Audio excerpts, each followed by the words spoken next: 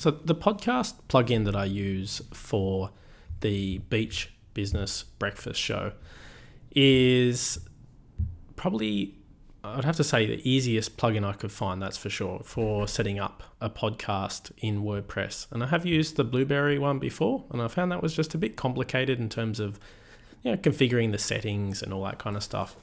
So it's aptly named the Seriously Simple Podcasting plugin.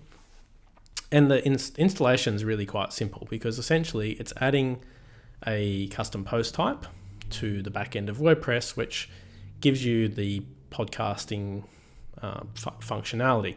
And it's got a nice little add-on for stats as well, which is also free, and I find that works quite well too. So from a back end point of view, it looks like a whole bunch of posts. And I mean, that's essentially what a podcast is. It's a bunch of posts with an MP3 attached. So you have all the usual functionality of posts, like tags. You can drop in videos and things like that. And each episode, when you're editing it, so imagine you've got the normal view of a WordPress blog post. So you've got your title and the description area. And there's a few extra things that have been added as well. So you do have a podcast series section, which is kind of like the category. So you can categorize your podcast episodes. And then down below the normal edit text area in the post, in the custom post type, you have the meta fields for the podcast. And you can do either audio or video. And so you upload that file, or you could put a URL in. So if you were hosting it on Amazon S3 or Rackspace Cloud Files or something like that, you could put your URL for the file in there. But it will upload to the media library as long as your upload size is sufficient. And it works out the duration and the file size. You can set the date. You can tick it as explicit. You can block it from going into the iTunes and Google Play feed if you wish.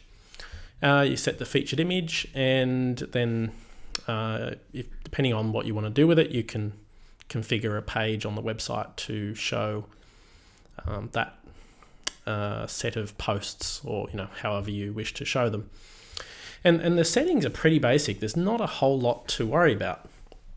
So you can decide what the location of the media player is, whether it's below or above the content, and there's a few other details which, to basically get a podcast into iTunes, you fill in some details on the iTunes program, and you need to put in a title and a subtitle and the author, pick your category. It tells you to put in a cover image. It says, use the size at least 1400 by 1400, put in the details about the podcast, and it's really simple. And honestly, I don't know, if you've ever tried to set up podcasts from scratch, this just walks you through it pretty easily. It gives you the feed URLs to use to submit to iTunes.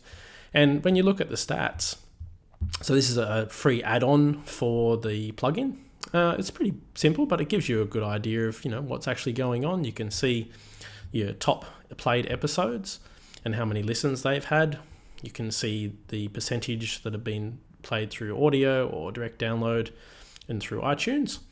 So it's got all the essentials, I think, for what you want to do a good podcast without really getting too distracting. So I'd have to say that the rating I would give this is 5 out of 5, because I really have not had any problems with it whatsoever, and it does exactly what it's supposed to.